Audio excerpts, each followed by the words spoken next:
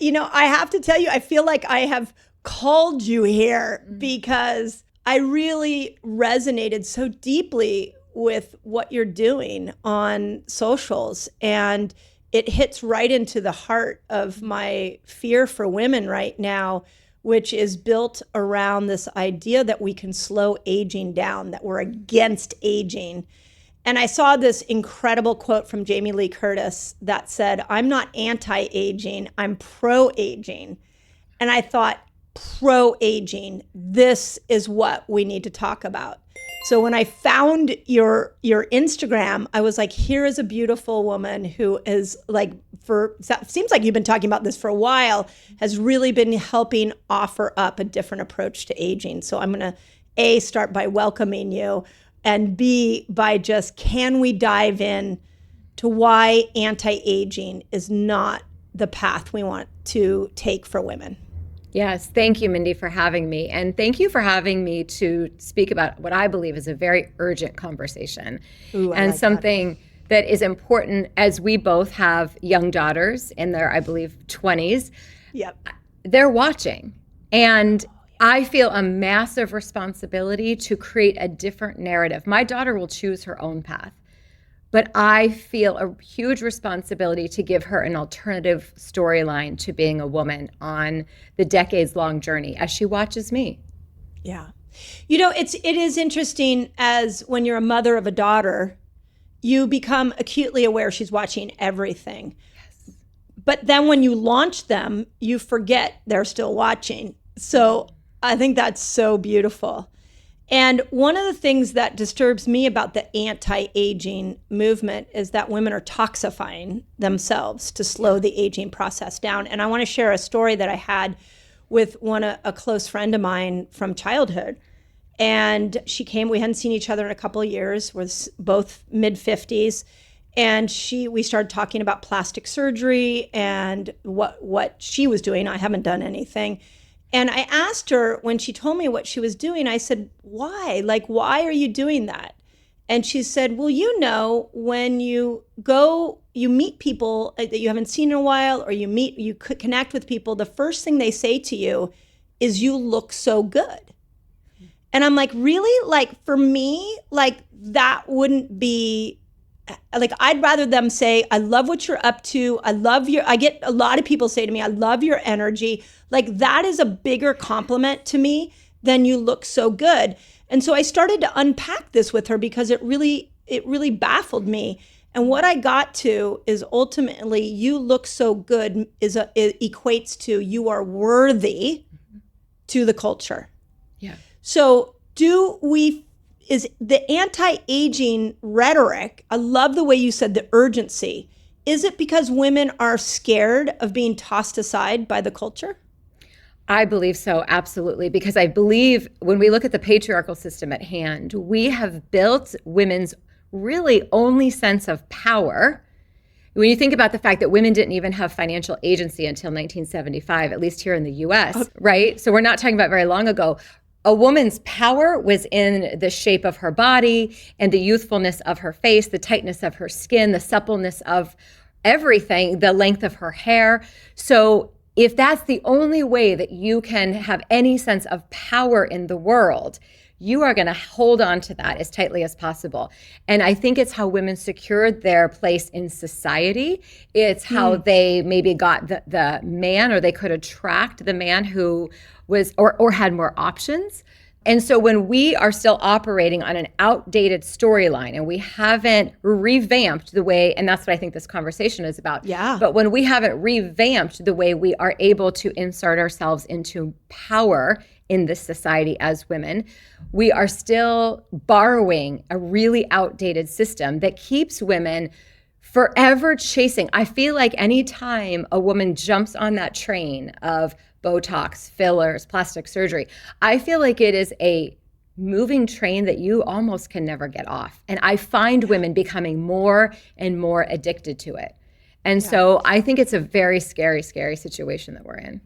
And the problem, again, like, I'm always respectful of people doing it the way they want to do it. But what I'm concerned about, which probably lines up with you, is just that women are doing it without intention. They're like, oh my God, I got wrinkles, or, oh my God, my eyes are flopping down. Now I need to bring my eyes up, or my neck has got the turkey gobble. And all of a sudden they just want to stop it, and they don't think of it as, oh, really what I'm saying is I'm going to become unworthy. I'm going to become unlovable. And because we live in a patriarchal society, until it's a different world, I see that that's sort of the fate of women. Unless all of us come together and say, guess what? Like, you thought I was young and beautiful in my 20s and 30s. I'm a wise elder badass in my 50s and 60s. And now I want you to look at me differently. Is that sort of the transformation that you see could happen for women? And how would we go about making that happen? Yes, I do see that as the transformation and the place we're headed, and really what my entire platform is built upon. I find it to be wildly insulting that my life, my identity would be based on zero evolution of my face. So what I'm saying is I'm only worthy if nothing changes. Every wonderful thing, Mindy, about my life has come through the next expression of myself, the next decade of my life. As I'm constantly in evolution, it seems counterintuitive to me that my face wouldn't be a representation, or my body wouldn't be a representation of that evolution. I have zero interest in looking how I looked at 30, now that I'm 51. And I can't wait. The 95-year-old version of me, I'm also doing this for her. I'm also walking out every wrinkle, everything that happens, every sunspot as an honor to her. Because where I stand, there's nothing to be afraid of. There's everything to step into. So while I'm running to try and freeze and around every corner, stop all signs of aging, God forbid, what I'm actually doing, and I know this is a big statement, but what I'm actually doing is I am disconnecting from any sense of soulfulness. I would go toe to toe with the spiritual community when they try to tell me, like, well, it's just another spiritual expression and this is just our 3D representation. There's nothing to me as spiritual in this modern day world to watch myself every single morning in that mirror age and do nothing about it but honor it. There is no deeper spiritual practice as far as I can see in a world that's telling me I should not dare be so free. I have so many women in my DMs saying to me, what does your husband think of your aging? I'm so surprised that you don't color your hair. I have people come into my reels, very rarely, but I have women come in and say, you look disgusting. Do something with your hair.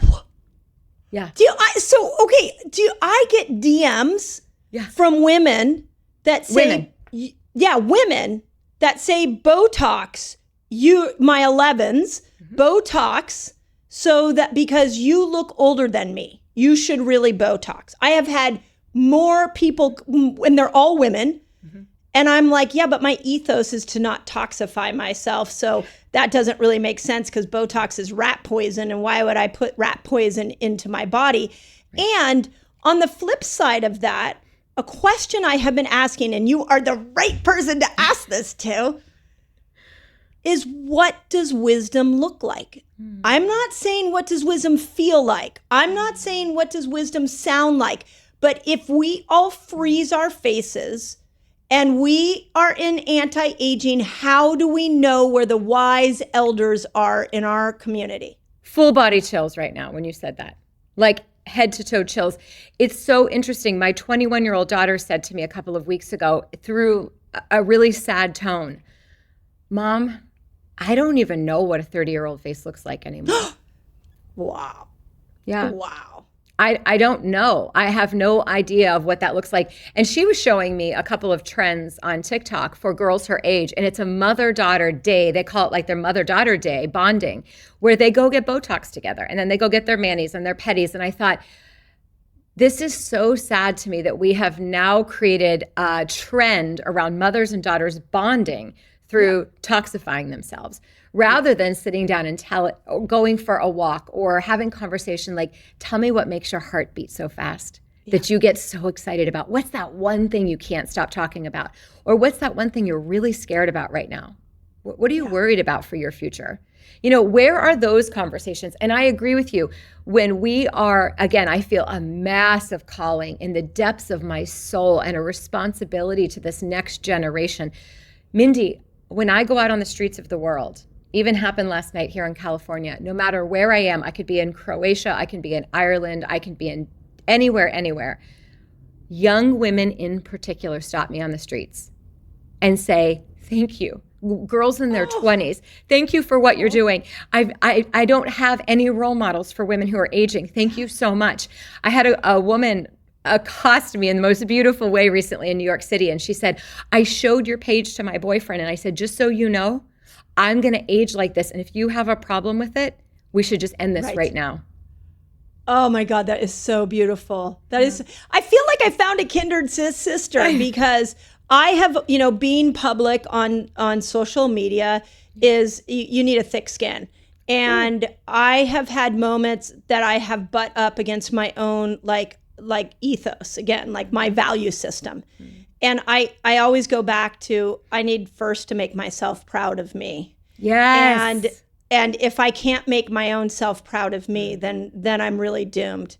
And then again, I've looked around at people and looked for other people in high positions that are actually saying things that you're saying, because I think that's the only way we're going to get the culture to see this different. Is there's got to be like people like you and me, and what Jamie Lee Curtis is saying, and Cameron Diaz is saying something, and like celebrities are starting to say stuff.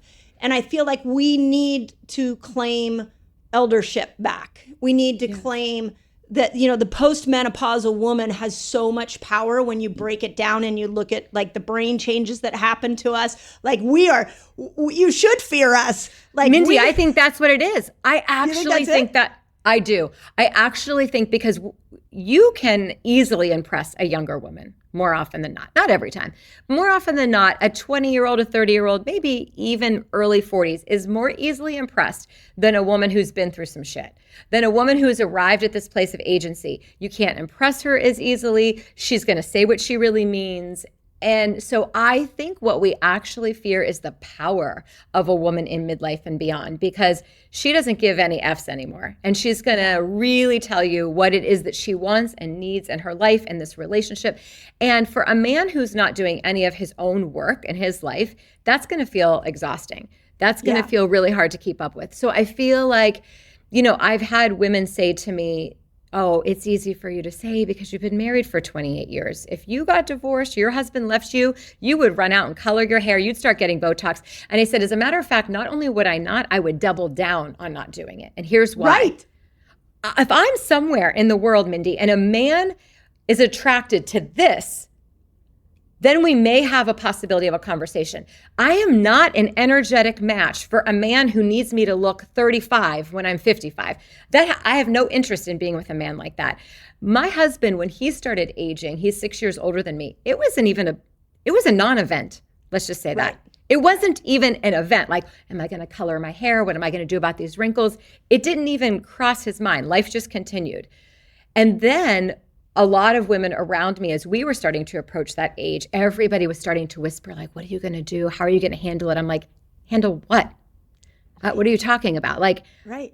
And so I made that declaration, like, I'm just going to let Mother Nature take her course. I trust that Mother Nature knows what she's doing. We've been doing this for as long as time, just like birthing babies and breastfeeding and so many things. I greatly trust the wisdom of a woman's body. And so I am in beautiful trust. And I see it as every day a new discovery. And being able to go to the mirror and seeing the silver or seeing the new lines. Again, we can make aging mean whatever we want. I've decided to make it mean one of the most beautiful gifts I unwrap every morning. We can go to the mirror and decide, what story do I want to tell? I've created the most epic love story, Mindy, with my aging. And for that reason, I'm in love with it. I feel the power of it when I walk into a room, because I know that I'm a representation of something that the world has said, don't you dare be that old and that free. Don't you dare love yourself that much. Love this. Don't you walk into a room and love the way you're aging. And then how dare you put it on display proudly. Oh, that's why I think it threatens other women, because women say to me a lot of times in my DMs, I've had women write litanies of emails to me. I really feel like that reel that you did was very shaming for women who get Botox. And I'm like, well, according to Eleanor Roosevelt, no one can make you feel inferior without your consent. So if you feel shame when you listen to that reel, that's the work for you to do. Because the only time I feel triggered is when there's a deeper message for me to unpack for my own life. Yes. Right? So you're not going to watch that. If you love getting Botox, you're not gonna feel affected by my work. Yeah. You're gonna be like, oh, not for me. She's not the person for me, and just go on to the next. But if you take the time to come into my DMs, I know that something is stirring inside of you. There's probably a more beautiful truth for you if you're willing to get honest enough and sit with it.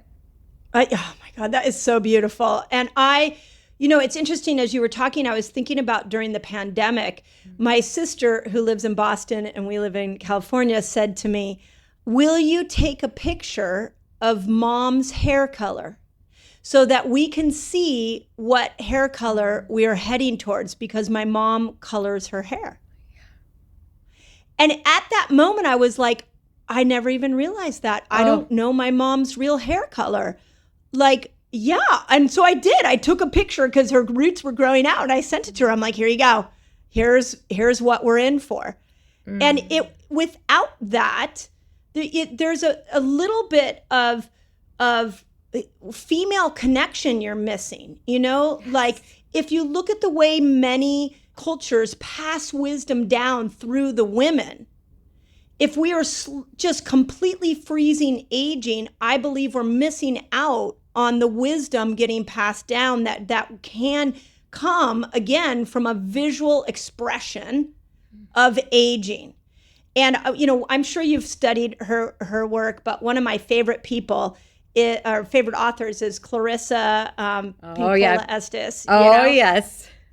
And she wrote a book called The Power of the Crone. And a friend of mine said, hey, you should read it. And I was like, hey, what are you doing calling me the crone? And she said, no, crone means crown. Yes.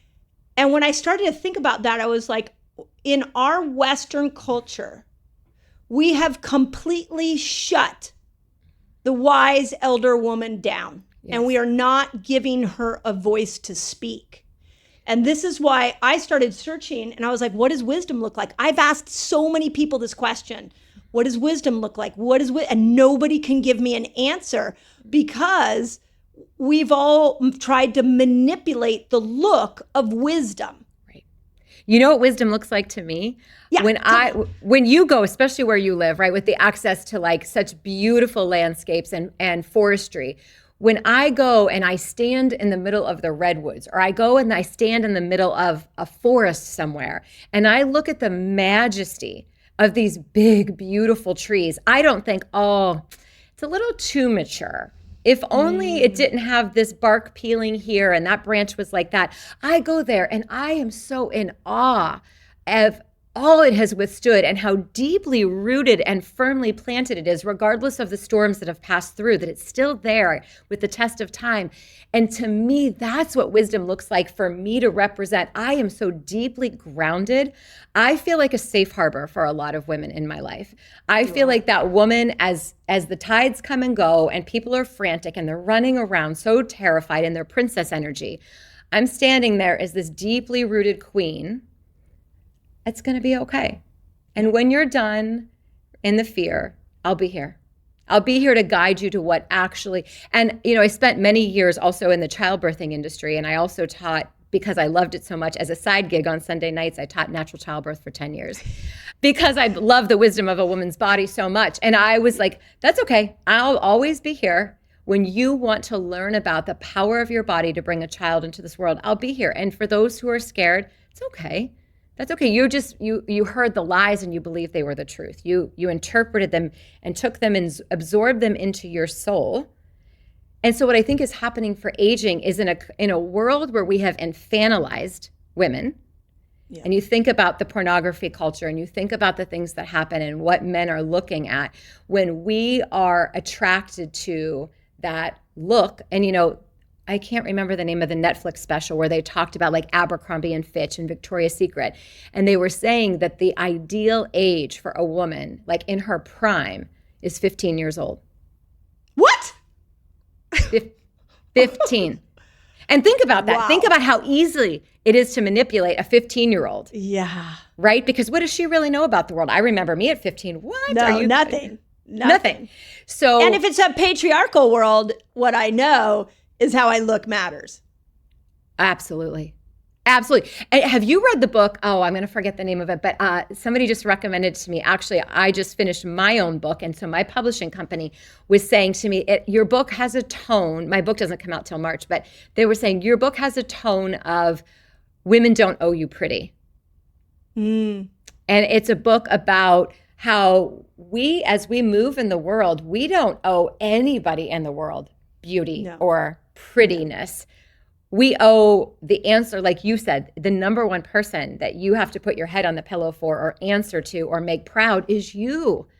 And that is not, most women are not moving in that kind of agency. I have clients across the globe of all cultures, all religions, all belief systems, and women universally don't feel like who they want to be ever gets to come first. It's who their parents want them to be, who their partner wants them to be. Women even tell me, Amanda, if I stop doing Botox, I'll probably get fired from my job. What?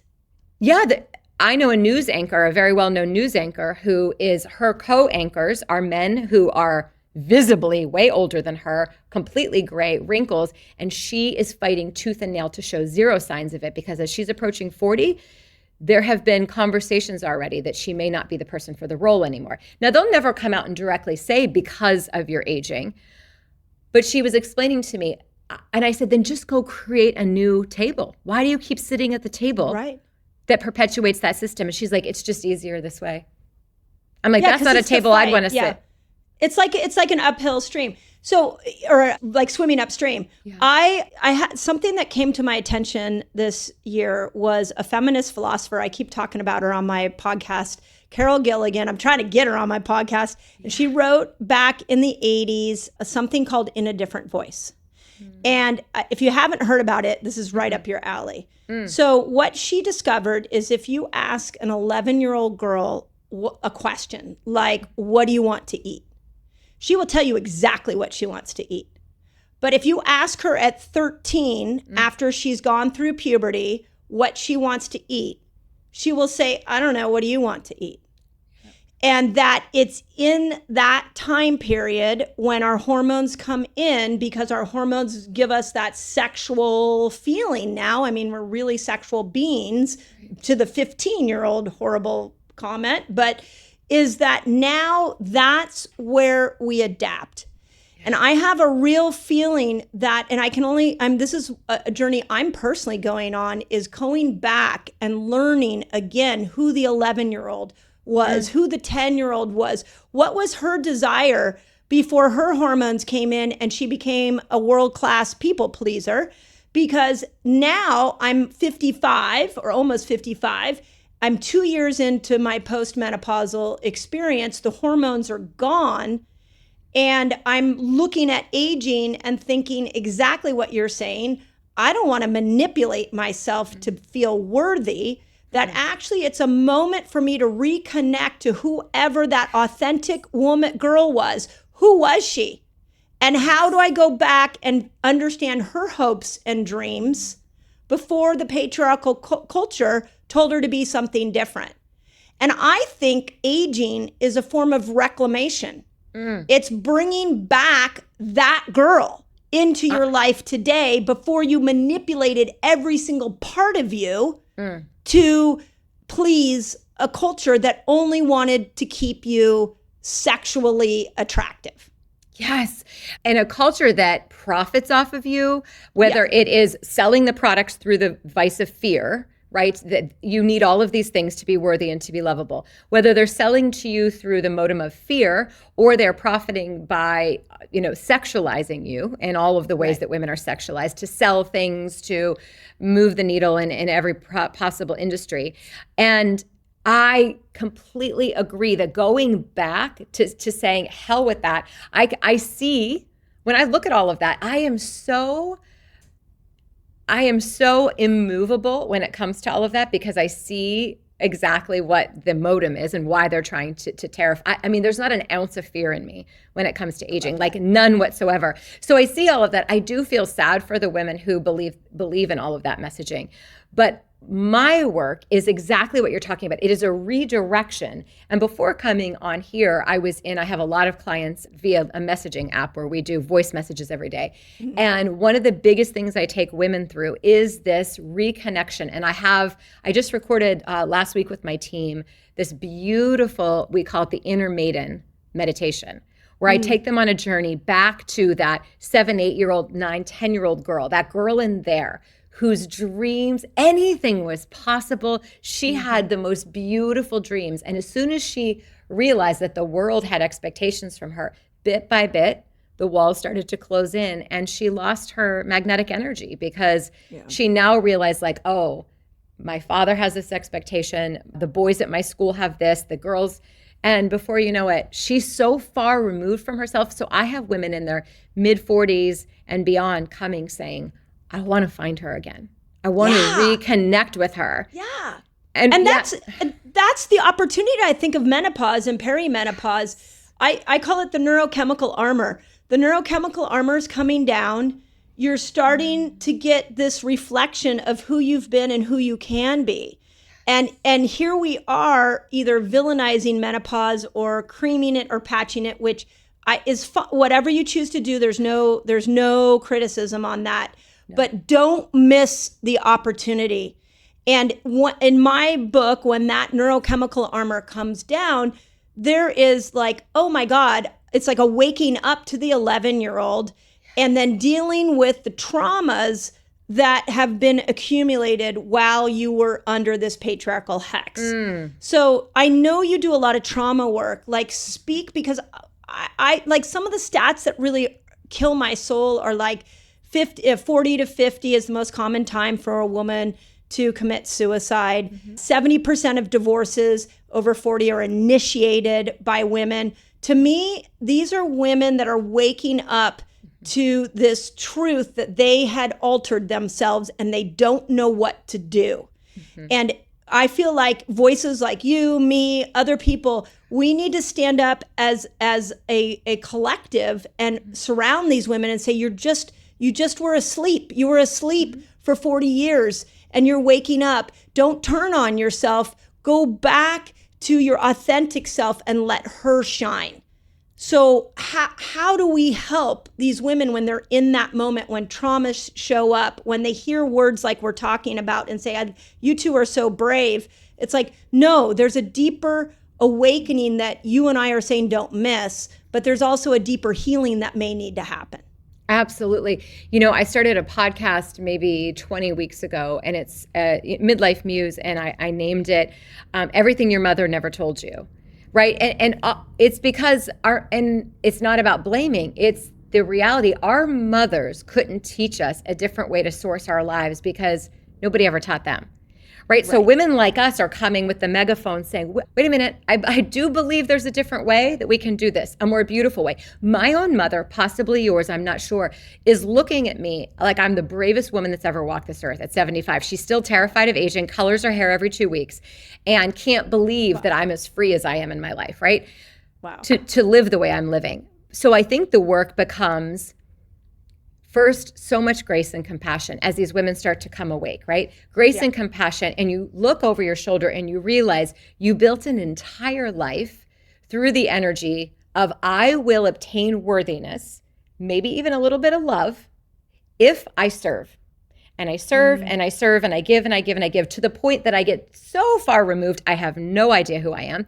And I'll keep doing that. And then what ends up happening is you get a few decades down the road and you wake up one day in the middle of your life and you think, I don't know if that return on investment was actually what I thought it was going to be. And what I find almost in every situation across the world when women find my work is what is missing, Mindy, almost every time in this beautiful puzzle that they've constructed. I got the house, I got the job, I have the kids, I have the money, we take 2 vacations a year, I've got the dog, I've got, right, they've got all the things. I eat organic, I work out 5 days a week. And then the one piece, there's that piece in the middle, they're like, I can't find that piece of the puzzle. Where is it? 9 times out of 10, it's them. They're doing everything on what I call the patriarchal checklist, but something is missing. Something feels off. And this is where I see addictions begin to happen, whether it's a shopping addiction, a drinking addiction, Netflix addiction, scrolling on their phones, affairs begin to percolate and happen. Because what's actually missing, and the culture hasn't given women alternatives like we're doing right now, is like, oh my gosh, sister, you're missing. And the women are like, what? Mindy, when I sit in a room at my retreats and I ask 30 women, we're sitting in a circle on the floor, and I ask them to start by going around. Two things I ask them. When we go around and it's your turn, please introduce yourself. Tell us your name, what brings you here, and tell us about you. I don't want to know who you serve. I don't want to know if you're married. I don't want to know if you have children. And I don't want to know who you work for. Tell me about your soul. And women are like, I don't know what to say. And then a few hours later, we get into the next activity, and I ask them, like, in the deepest places of within you, I take them through a meditation, and I ask them, what do you desire? Mindy, the things that women desire will blow your heart wide open. It's so beautiful. And then we start to unpack, well, what's kept you from stepping into that? Fear that my partner will leave. Fear that, one of the biggest questions that I get asked all the time is, how does your partner deal with your such a huge opinion, the way you are so public, the way you speak about things, and I have pretty strong opinions. How does he deal with that? How does he deal with you being successful and visible and all the things you are? I'm like, I don't know, maybe you should ask him. It's not like it's up for debate. This is just who I am. Yeah. Right. And I don't understand why they think there has to be a direct threat. Because I feel like my expansion, my truth, is an opportunity for his expansion and his truth to root even deeper. So it's fascinating that we think a successful woman, an opinionated woman, is somehow means she's not worth, she's going to lose love. That's women's biggest fear. If I go for what I desire, everyone's going to leave me. No one's going to like me, and my friends won't like me. Women are worried about losing their friends. And you know what, Mindy? The louder I get, the more public I get, the more things that happen in my career. Beautiful. Everybody loved to cheer for like the Amanda in private practice who was more quiet. Just my people in my town knew me, right? But as I went on social media around the COVID time, all of a sudden, the people who were rooting for me, like, oh, it's so cute. Oh my God, you're going to go on TikTok. I love that. Go, Amanda. And then as everything exploded and all these things are happening now, a lot of people are very quiet. And a lot of women who were standing there aren't standing there anymore. Because no, I think we like a woman when she has a dream, but we don't like her when it's come true. Ooh, that's so good. And I would think the reason is because it's a reflection of what's possible for women that they're not willing to step into. I've seen that with weight loss over and over and over again, where once somebody loses weight, they lose friends because now you are reflecting back to them what they know they need to do, but they are unable to do. So I want to go back to two really important themes through what you just said. One is if you're in a long-term relationship, going through what I would consider this, I think of it like a menopausal metamorphosis. If you're willing to see menopause as a real opportunity to stop the people pleasing, to come back to this authentic version of you, it's going to require a conversation with this spouse that might have married, like in my case, my husband and I met at 21 years old, got married at 26. And it's been hard. There has been conversations of like, I'm doing me now. I'm doing it my way now. And he's getting it, but I can see where some marriages that could be a threat. So can we help women have the courage to step into themselves within the container of something they may have established years ago? So that's my first question. And then the second question I want to understand is why women don't collaborate. Why the freaking A do we turn on each other? We have to stop that. Mm-hmm. Oh, I chills. So the first one, I think, my husband too, they say, I saw a stat the other day and I wish I could remember exactly where I found this, but that 30% of men will ever actually step into self-development. Right? And the evolution. And I think a lot of them are static.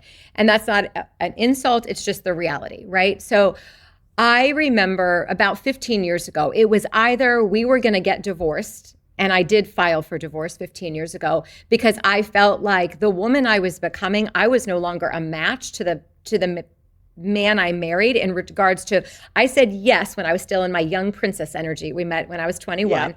I said yes to something that felt like a feast, when the woman now, I'm like, oh, that's a breadcrumb. I need more than that. So well said. I'm starving. Yeah. That used to sustain me, and I need more now. And so he would say things like, Amanda, I don't think you're ever going to be happy. You're searching for something that doesn't exist, right? All of these things. And so I said, and maybe we just have walked each other as far as we can, and this is the end of our journey. So I file for divorce, and we're pretty far down the path, and we're about to sign the final papers. And he says to me, is there anything can I have 6 months? Can we just try really hard for 6 months to reimagine this relationship? Because I said to him, what I was saying all along is, we can't go back to the two of us who walked down the aisle together. Those two have grown up and evolved, and we've grown and evolved in different ways. And Mindy, I'll never forget, the light bulb went off. I said to him, let me ask you something. He's in corporate America. I said, let me ask you something. You're in the medical industry. These businesses that you run, are you still running them the way they were run in the 60s, 70s, and 80s? Or is your research and development team constantly looking for innovative ideas, way to bring new things to the market, to make surgeries more optimal and recovery more optimal for patients? He's like, oh, of course. Oh, so constant evolution. Oh, well, absolutely. Your business wouldn't even survive. Oh, okay. Well, think of this as a business. How could you think our marriage would survive and thrive if we were not in constant evolution and reimagining new ways of creating this relationship? So if you can't be side by side with me in that mentality, no harm, no foul, it's come to an end, because I am like a snake shedding my skin. I will shed it until I take my final breath. There are going to be so many versions of me. And so either that's exciting to you or it's not, and there's no blame. And that was when a light bulb went off. And when he was able to put it, so what I'm offering to women who are listening, somehow in the more simplistic terms, men are often able to cross that bridge when we make it about something they understand, like business, right? Growing of a business, evolution of a business. That for him was a game-changing moment in our marriage. And we're still together now, 28 years. And then in regards to the second question, I think the sisterhood wound stems from, Mindy, when I tell you, I have yet to have a client, maybe I've had one or two in 25 years. I can't even think of any right off the top of my head. It is so rare to have a client who's had a beautiful, healthy connection with her mother. Ooh. And so if your first example in life of womanhood is with your mother, and she is somehow threatened by you, jealous of you, she talks badly about other women, she feels threatened by other women, you grow up with the coding that other women are not safe. And I think there's something deeply inside of our nervous systems, dating back thousands of years or hundreds of years, even as recent as that, where we were in competition there was only so many men to marry to secure, when you think about it, our safety. A roof over our head, food on the table, because we had no financial agency. We were removed from patriarchy. When patriarchy came in, women removed from all power. And so I think it stems from some really deep-rooted things that women have been through, and when there was real competition. And so now, if we take it to modern day times, women may say, oh, well, there's only so many seats at the board table.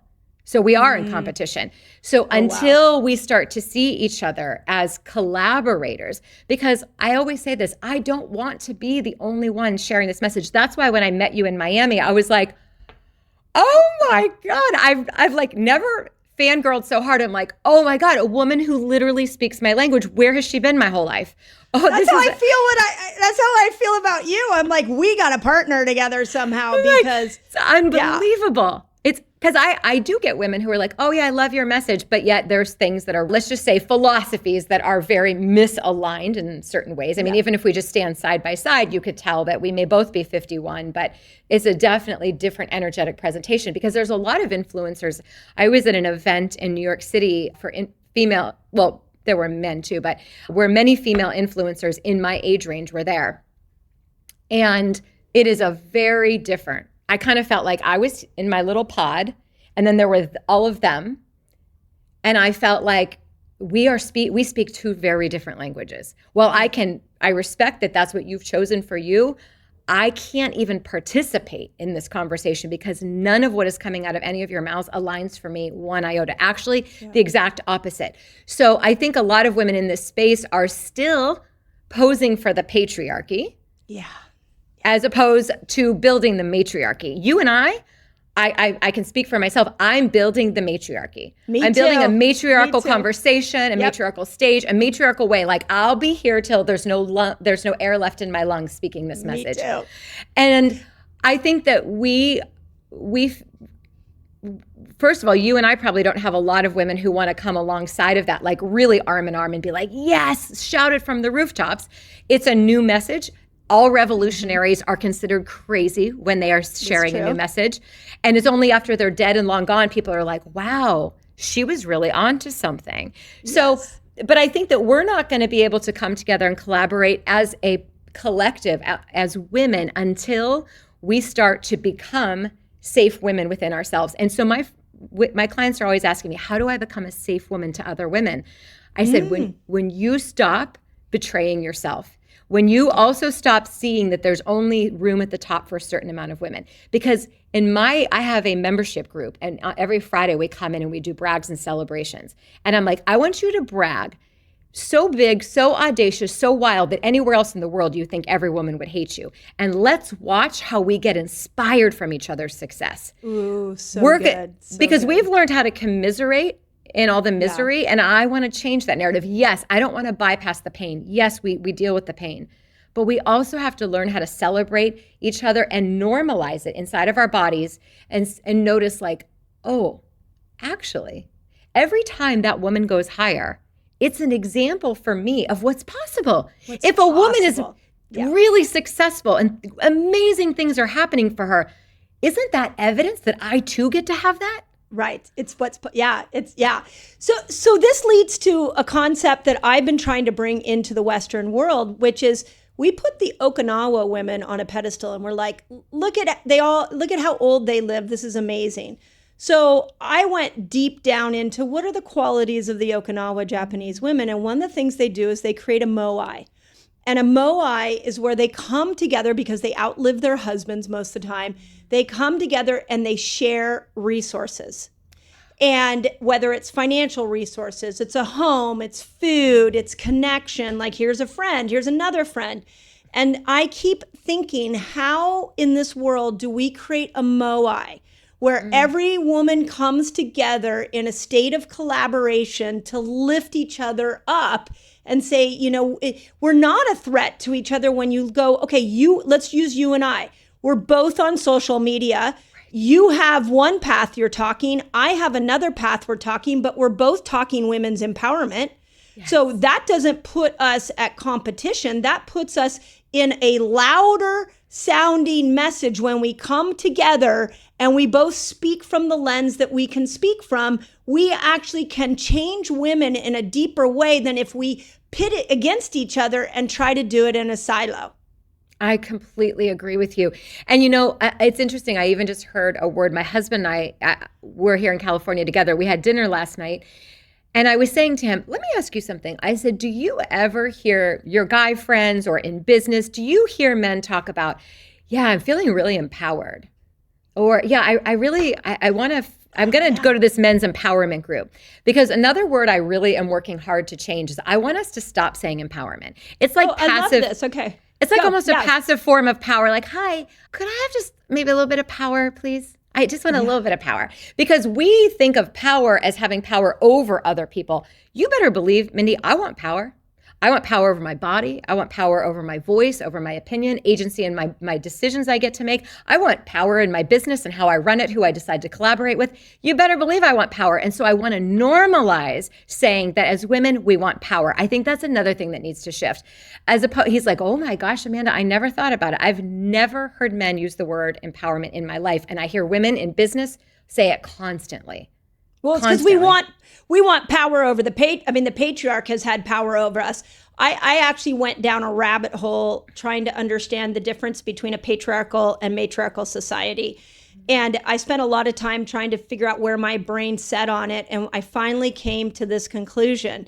Patriarchal society is power over, and matriarchal society is power within. And so as I'm hearing you speak, I'm like, you were speaking about power within. So this actually leads me to the question then, if we don't use the words empower, because I think this is brilliant what you're saying, how do we help a woman feel the power that's inside of her? You know, for me, this is why I love fasting, because I can help a woman drop a serious amount of weight, fall in love with her body again, and nobody helped her do that. She just had to compress her eating window, elongate her fasting window, and the only person she can thank is herself. So she discovers a power that was there that she didn't know was there. So what words can we use? Because so many women are feeling disempowered. What would there be another language we could speak around that? Yes, my vehicle is sensuality. So I bring women, the super highway into a woman's power in my world comes through sensuality. The thing that has been the most taboo, the most feared, the most vilified, the most prophetized and commodified, and as a matter of fact, the most shamed. And God forbid a woman actually connect to her sensuality for herself, because it's something she has understood was actually never hers. It was something other people could use or take from her. And when I refer to sensuality, I don't even necessarily mean, but it does distill down to that, just in the sexual terms. To me, helping women tap in through their sensuality, especially women who are coming from deeply, deeply indoctrinated religions, come to my work. And there's so much trauma and healing that has to happen. I help them source into sensuality, because you can't take a woman like that right into it. So I help her get there by starting through the art of living through her five senses, very, very alive, and bringing herself through the presence of, what do I hear? What do I see? What do I taste? What do I smell? What do I touch?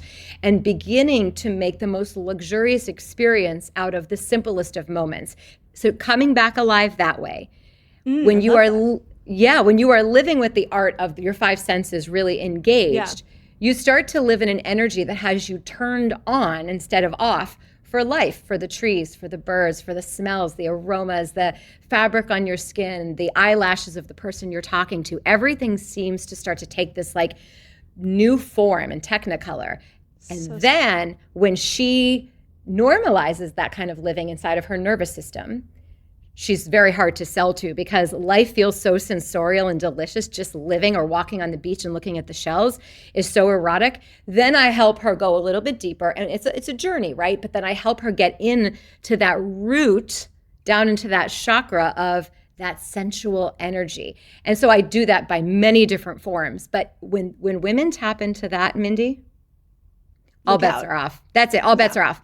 That business she's been dreaming of, that conversation she's been wanting to have, she finds her power. And women say to me, Amanda, I didn't even know I was capable of feeling that much. Yeah. Like, I know. Do you understand why the world wanted you to be shut off from that? Because that is potent. When a woman resources into her, I worked with a woman recently who hadn't had an orgasm, hadn't felt anything in over 10 years, who's now having them every day. I work with women who hadn't had any wetness. She's 65, zero wetness, lubrication whatsoever. And now is like, I can't believe that I'm this wet all the time. She's like, I don't even know what you did to me. I'm like, oh, you did it. I was only the information sharer. Information is useless if you don't implement. You decided to be brave enough to implement it, and now look at the life that you have. So for me, the vehicle of their power is their sensuality.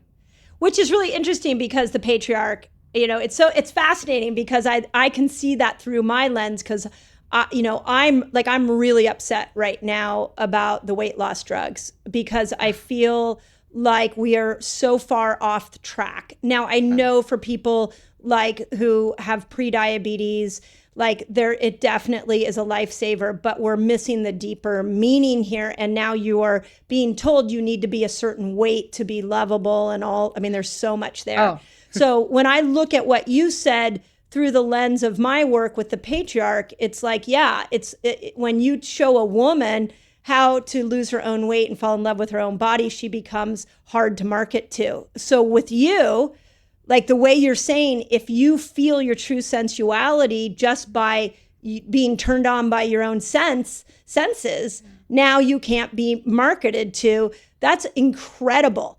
Now, one of the things about sensuality that I think is interesting is I equate sensuality to creativity. Mm-hmm. And when we get tapped into that creative side, I had Martha Beck on this podcast, and she was sharing that why she thinks anxiety is up is because we are all in our left brain, and our whole world has been created by this left brain patriarch, and we aren't in our creative right brain. And she said the brain was never meant to be only one hemisphere used. It was meant for both hemispheres used. And when we come into that wholeness, now the anxiety goes away. I'm thinking that what you just said is that we were never supposed to outsource our sensuality. We were supposed to build it from within. And what you're doing is bringing women back to an energy that was supposed to be there that the patriarch took away. Yes. Absolutely, Mindy. Thank you for summarizing it so beautifully. When I was doing research for my book, one of the things that I stumbled upon was when Native American women and tribes would celebrate a girl beginning her period by decorating her hair with flowers, lighting a fire, and dancing around the fire and singing as a celebration of her stepping into this era of her life, this time of becoming a woman. And the colonizers would be hiding in the woods and finding these women dancing, and they would come and rape them. And so the movement of a woman's body was enticing. And again, men thought, oh, well, I now feel turned on, so I get to take that thing. So that practice, that art, that rite of passage, that ritual started to be something women feared. So they completely stopped it. Because I was looking for rites of passage when girls started their period, why we don't still have those. And there's a lot of trauma around why that got stopped. And so a lot of my work, and when we talk about sensuality, is movement and flow and getting women out of their seats and dancing and moving in pretty primal ways. And I showcase that and I demonstrate it. And women are terrified of their own bodies. They're terrified of moving and what gets stirred up as they start moving. And what I said to women is like, listen, with all due respect, meditation and yoga are beautiful, but both were created by men for the practices of men. And when you think about masculine versus feminine energy, right, like that container and that stillness, beautiful. I love both practices, but those alone are not enough for me, Mindy. I need my dance. I need my movement. Women are just like the 28-day moon cycle. Women are created with that constant change and flow.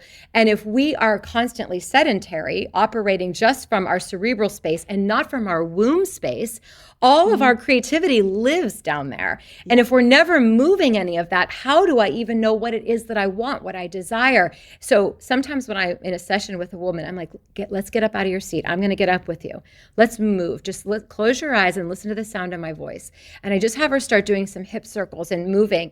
You can't believe almost immediately the answer she was looking for comes. The tears start streaming because they're sourcing from a place that they have been cut off from, a place between their hips that they've told, don't go there, don't source there. I mean, even when you think about, this would be another episode, we could do like so many different episodes, but even when you think about how we have prophetized birth in this country. Oh yeah. Right? Which is like the most amazing. I've never felt, I have never felt more like a woman than when I delivered my babies. And real quickly, I will tell you that my second child, my son, was born at home. And one of the greatest moments of my life was when he came out naturally, and I locked eyes with my daughter, who was in diapers and 2.5 years old. And she looked at me like, your body can do that? Well, it was one of the most beautiful feminine moments where an older woman and a younger child, like to be like this. And I always tell people that I feel like what I looked at her and said this is feminine power. Don't forget it. Mindy. Oh, my skin hurts. My skin hurts. The chills. Yes, it's so resonant. Like something ancient inside of me just got activated. It's so powerful. I mean, if people could really pause for just a moment and hear, and again, I've had women say to me when I've talked about this on one of my podcast episodes, well, I feel like you're shaming women who had C-sections or epidurals. I said, no, I'm sharing my story. If me sharing my story or my 10 years of teaching natural childbirth somehow feels like shame to you, you've misunderstood. I'm sharing a different narrative. Just because you and I are sharing different narratives, it doesn't mean that the other one has to be wrong. It just means here's a different way to consider being a woman. Yeah. Here's a different way to access your power. And so I think that when we start patriarchalizing, prophetizing, lay on your back, we're going to numb you up, you don't know how to do this, we're going to make it happen for you, and you then all the repercussions. Pain. Oh, yeah, God forbid. You should feel any pain. Yeah.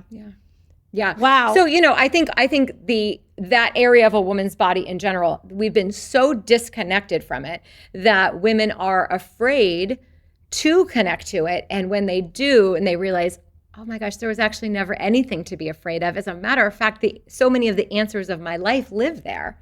Wow. Do you know, one of my sweet friends is Leanne Rimes, and the singer. She's such a beautiful soul. And do you know that she taught me that the vocal cords and the cervix were same tissue, and they separate at birth? And when she first said that to me, I literally went to YouTube to look up the vocal cords because I had never looked at the vocal cords before. And I was like, oh my God, so what does that mean when a woman's voice is silenced? How does that affect her cervical tissue? And when a woman has been raped, how does that affect her vocal tissue? If these are literally histologically the same tissue, that I can see why you're going in through the door of sensuality, because if we can wake that up, then we can wake the voice up. Yeah. And I can see why the patriarch would want us to silence us sexually, because if you silence us sexually, you silence our ability to speak for ourselves. I mean, it goes deep. It is so deep. And if you went on YouTube, you've seen the diagram of it. I show that when I start my masterminds. I show them the visual of that, and it looks like everything else. And so I explain to women, like, those got separated, but the vagus nerve is still connecting them. Connects them. Yes. And so often there are women, when they're really afraid to go the other route to begin the sensuality work, I have them begin here. Like, let me hear you. Follow me. We're going to do this together, right? And we get into that. I have them just start making really faint noises, and then we get louder, and then I help them move it more guttural. And as this starts to come more alive and open, naturally everything else does eventually, right? So every woman needs a different way of getting there. The journey is a bit different for every woman depending on what kind of trauma she's dealing with. But I have a really beautiful, insanely powerful rage release practice. That rage release practice includes a lot of vocals, right? And a lot of movement that is very primal and very feminine and very sensual. So it's helping, because rage is just unalchemized passion, right? You have rage, and God forbid we don't want women to be angry. You have to be pleasing and pretty. No. Don't be upset. The culture would not like that.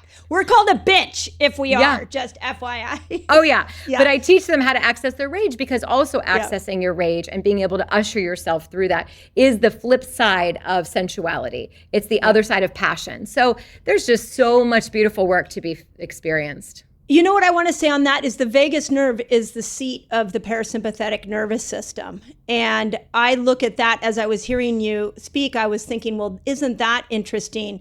So when women aren't resting and they're not accessing their parasympathetic nervous system, they're also not activating their voice. They're not activating their cervical, their womb, let's just call it. So, and then in the opposite is probably true, where when you start to activate the cervical tissue through the work you're doing, and you activate your voice, you actually now are activating the parasympathetic nervous system. And when I think about things like infertility, I mean, you have the background in birth, like infertility, what if that's just your inability to fully express yourself? Mm-hmm. And so it keeps you stuck in this sympathetic dominant state that is not leaning into the vagus nerve, that's not leaning into these tissues that are connected. Like we look at the body as parts, and we are so one whole being that needs to be addressed from so many areas. So that was just something I thought. I was like, well, that's interesting, because one of the things I'm trying to get women to do is courageously rest. It's time for us to honor rest. And if you honor rest, what I'm also hearing is you're honoring your vocal cords and you're honoring your creative womb energy. And you're telling your body it's safe, right? It's safe to rest. Yeah. That's such a beautiful thing. We could talk forever. I know. I'm like, I found a sister. I want to be your friend. Like, if all your friends are leaving you, I'm leaning in and I'm going to be your friend. Perfect. We're friends, because I too, when you were speaking, like I said, I was with a friend who is like-minded, and I said, my gosh, she is so incredible. I cannot believe that another woman like this exists. How did I not hear about her before? I know. Thank you. Thank you. Yeah. How do people find you? Because I'm creating a Moai. And I want, if anybody resonated with this, to dive into your work. So how do people find you? And talk a little bit about the seminar you have coming up. Yes. So you can find me as Midlife Muse on Instagram and pretty much anywhere, TikTok, Facebook. And I have my website is amandahanson.com, but I have an incredible event coming when I talk about the matriarchal stage. I have a 2-day event happening in Phoenix, Arizona, November 2nd and 3rd. And it's going to be several hundred women already registered coming from all across the world, where my entire body of work will be condensed into those 2 full days. I will be teaching all of the rituals and the ceremonies for everything you and I have been talking about from stage, and women who feel called to will be able to also experience those ceremonies and rituals in the room live with me. So all the ways of going in and bringing that innate healing capabilities that we have to the forefront, because it's not outside of us. Everything we need for healing is inside. So I will be teaching that for 2 full days in Phoenix. Amazing. Well, we will leave links for all of that, and just, keep doing the amazing work you're doing. I do have to ask my final question, which always is entertaining for me, which is, what is your definition of health, and how do you know when you're healthy? The definition of health for me is I have a practice I call emotional hygiene.